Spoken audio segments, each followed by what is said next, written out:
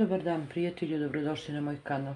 Danas ću spremiti jedan veoma ukusan i brz ručak iz tiganja.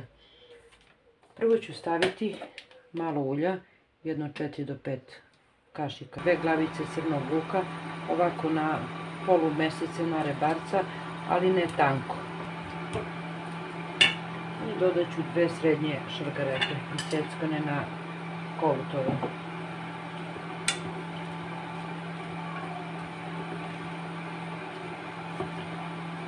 Propržit ću luka da malo omekša. Dodat ću odmah malo soli. Luka ću dodati malo vode, možda 100 ml, jednu malu šoljicu i 4 čena na krupno isečenog belog luka. Možete više i manje i ne morate ako ne volite, ali je lepo sa belim lukom. I ostavit ću se prodinsta luka. U prodinstani omekšao luka i šargarepu ću dodati bibera. Sada sve solite po vašem ukusu.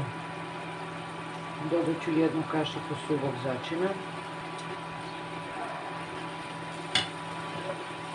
2-3 lista lovora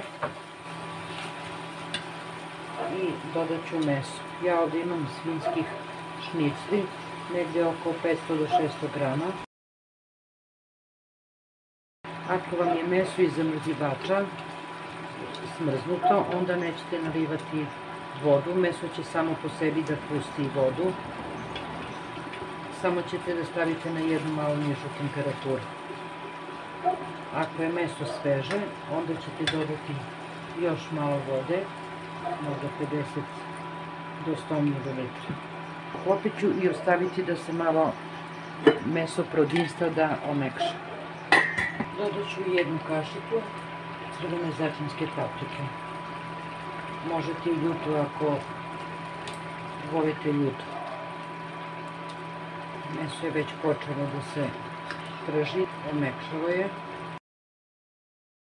I dodat ću krompir. Ja sam ovdje pripremila oko 6 krompira isečenih na kocke. Povremeno ću da promešam, poklopit ću i ostavit ću da se lepo i krompir skuva i da se ove šnicle skuvaju na jednu nižu temperaturu.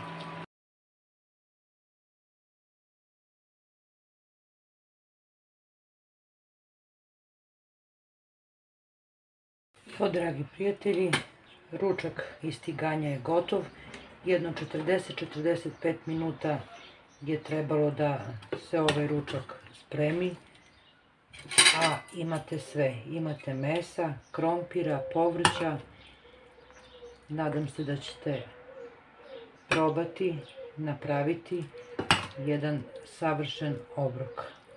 Bar što se tiče mojih ukućana, oni vole ovako jedan obrok. Evo, pogledajte, meso je mekano, softano, znači sve na jednom tanjiru. Odozgo možete staviti i peršuna.